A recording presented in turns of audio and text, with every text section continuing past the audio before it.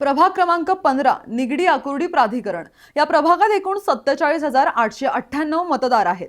यामध्ये 24,816 पुरुष, 23,079 महिला आणि 3 इतर मतदार आहेत।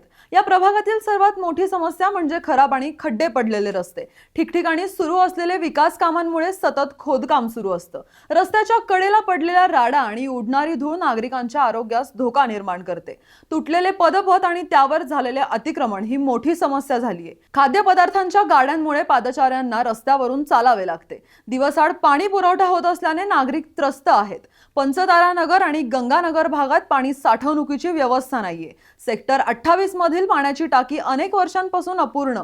सततच्या रस्त्यांच्या कामांमुळे जलवाहिनीचेही वारंवार नुकसान होते। वारंवार वीज खंडित होत असल्याने वर्क फ्रॉम होम करणाऱ्या IT कर्मचाऱ्यांचे मोठे नुकसान होताना दिसतंय।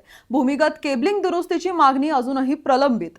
जुन्या सांडपाणी वाहिन्यांमुळे पावसाळ्यात गटारे तुटतात। तसेच भटक्या श्वानांचा उपद्रव वाढल्याने नागरिकांमध्ये असुरक्षितता निर्माण झाली आहे। कोट्यवधी रुपये खर्च करून उभारलेल्या ग.दी. माडगुळकर नाट्यगृहात तांत्रिक त्रुटी असल्याने नाट्य निर्मिती करणाऱ्यांची निराशा होतीये। सेक्टर 26 आणि 27 सातत्याने खोदकाम, पदपथांवरील अतिक्रमण, वाहतूक नगरीत रात्री उभी राहणारी अवजड वाहनं, वाढती वाहतूक कोंडी तसेच महापालिका आणि PMRDA यांच्यातील जबाबदारीच्या वादामुळे वाढलेली अनधिकृत बांधकाम हे प्रश्नही गंभीर आहेत।